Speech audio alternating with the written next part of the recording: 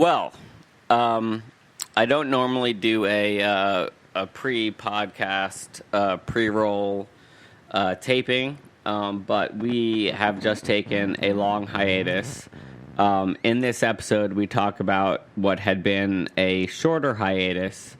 That got extended for a number of reasons. I thought it was good for us to take some time to reflect. I think this story that I will talk to shortly with Emily Friedlander about the investigative piece she did on social media cults, specifically the Day Life Army, and all of the issues it brings up. I think chief among them are ways in which good politics can happen to bad people. In this case, certain strains of identity politics were weaponized against vulnerable people to basically make them in service of the cult, and with, classic mind control techniques, sleep deprivation, getting rid of all your assets, but all in service of theoretically, helping, sort of alleviating whatever privilege you think you have, and it was abused, and that's an important topic, as well as it's a topic to see times in which it's not abused and it has to be addressed. And Emily is nothing if not both a thorough moral actor and reports what she sees. And I think this is a complicated piece of journalism, and I'm happy that it took place. The piece is called the Beyond the Pain Matrix inside the social media cult that convinces young people to give up everything. The Day Life Army always seemed like a troll, then it became a nightmare. I just gave this episode a quick once over again before I posted it, and it still feels fresh, even though it was recorded, I think, back in June. There's a couple more we have in the can. We will start posting more often again. I think this is an important space to have conversation, as I'm seeing conversation that should be happening in this format, happening in sort of knee-jerk reaction tweets that have much more to do with, dopamine sensors and reward mechanisms and just need to pop off than it does to have or maintain any really productive dialogue. And I think it's very, very, very important that we maintain spaces where those dialogues can happen in good faith. I'm happy to share this. I'm happy to continue sharing this. I always welcome comments and feedback. If you don't know how to reach me, I'm on social, at Harry Gassel on Instagram. If you have my number, feel free to text. I'm not giving that out right now. Also, we just got the last piece of, for Talk Issue 4 in, which I'm editing at the moment. So we are actually finally in the home stretch of being able to publish the next issue, which is also very exciting. So without further ado, here's my conversation with Emily Friedlander. We need to hold platforms accountable, and we need to look at the ways that they can be used to manipulate people. We need to look at, how misinformation spreads online, how they allow misinformation to spread online, how they reward punitive behavior, how they affect us psychologically. Talk is cheap, motherfucker!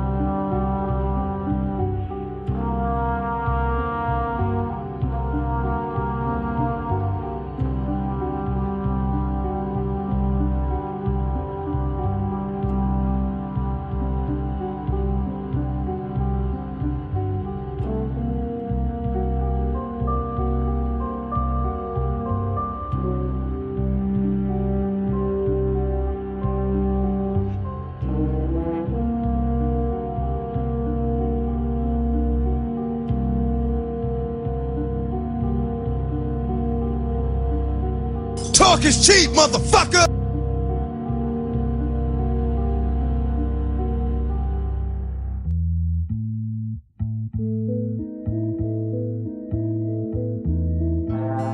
Let's move on to the next question.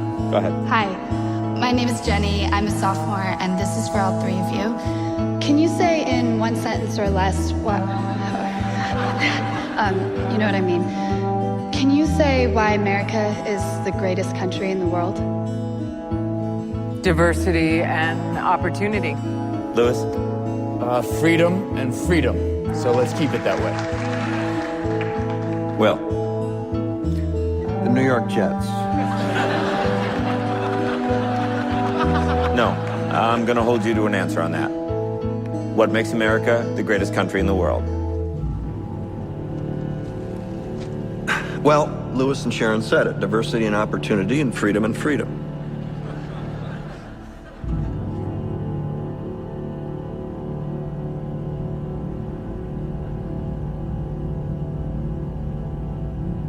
I'm not letting you go Talk back to is the cheap, airport without answering motherfucker! the question.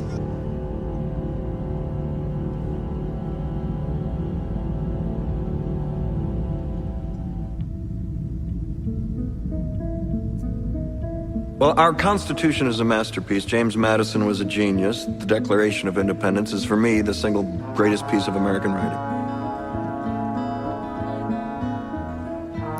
You don't look satisfied. One's a set of laws and the other's a declaration of war. I want a human moment from you.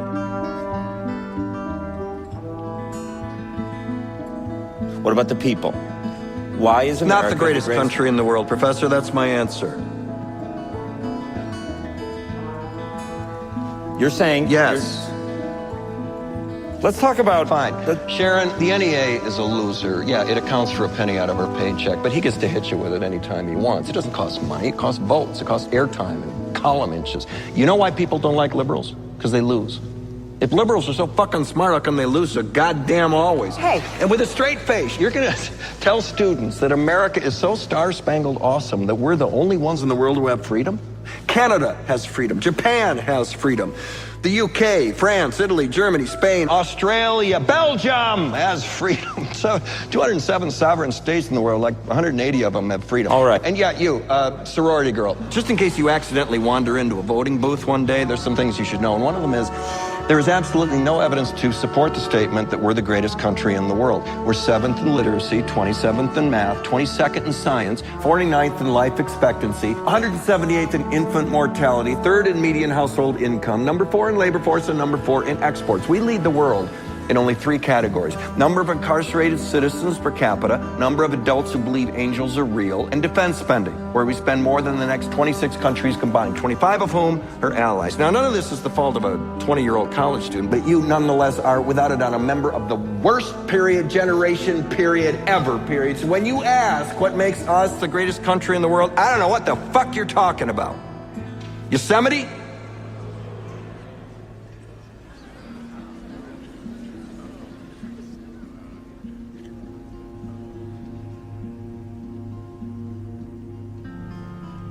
Sure used to be.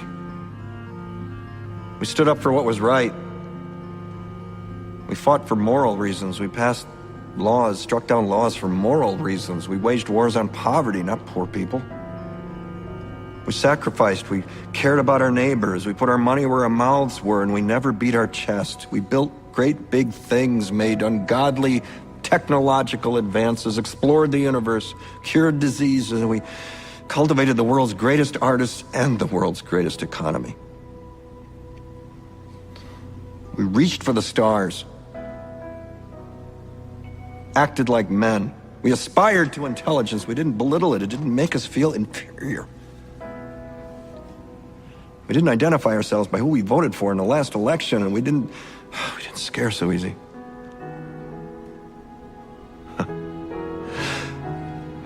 We were able to be all these things and do all these things because we were informed by great men, men who were revered. First step in solving any problem is recognizing there is one.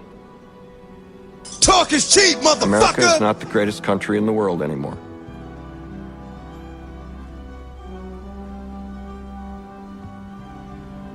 I hate going into a film knowing too much about it, so I didn't read a lot. I was just like, oh, this like kind of has the right themes, good actors, not too many people hated it. Fuck it, it's going in the queue. And I turned it on last night and was like completely shocked that it unfolded. All right, I'm recording, so we can. Yep. All right, cool. Well, officially, welcome to Talk is Cheap, the Talk Magazine Radio Hour. We are back after a hiatus. As people might have noticed, I took us off air for a little bit. It didn't feel right to really put anything out that wasn't related to the activist movements that were happening and rightfully taking the airspace. This is a place where we do talk about politics and serious issues, and I think these guests are great to bring it back into that mode because their research and writing hits on a lot of adjacent topics, and I think we'll probably get into stuff that feels relevant anyway.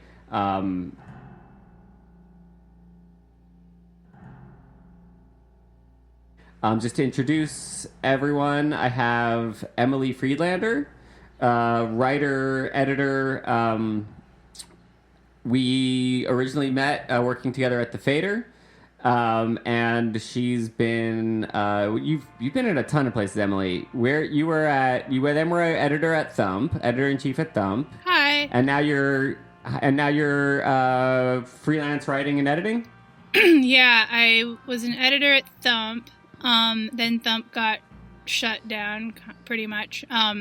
So I was moved over to editing like long form features for Vice Media across the different verticals they have. And then I went to the Outline, very short-lived stint there of 3 months before I got let go.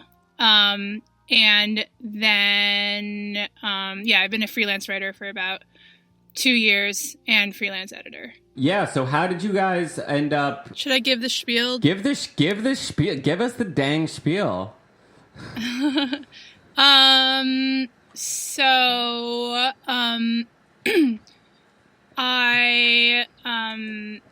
like a long time music journalist. More recently, actually, writing about other things, but I was writing about music for almost a decade, and I also co-ran a music events company and publication called Ad Hoc. Wait, co-ran as in that's not something you're doing anymore? I'm taking a hiatus from Ad Hoc to focus on other things, but I co-founded Ad Hoc like many years ago. Yeah, and for almost 10 years for our ago. younger listeners who might be coming onto the scene now, Ad Hoc has been a major presence in the New York music and art scene. I mean, mainly music, but you know those two butt up against each other quite heavily here. Putting on shows and then putting out a publication both online and in print. For when did Ad Hoc start? I believe, let's see, 2012, probably officially 2011. Yeah. Yeah, it started as a zine, and then because it is hard to have a, because it is hard to, like, figure out a business model for a publication, we...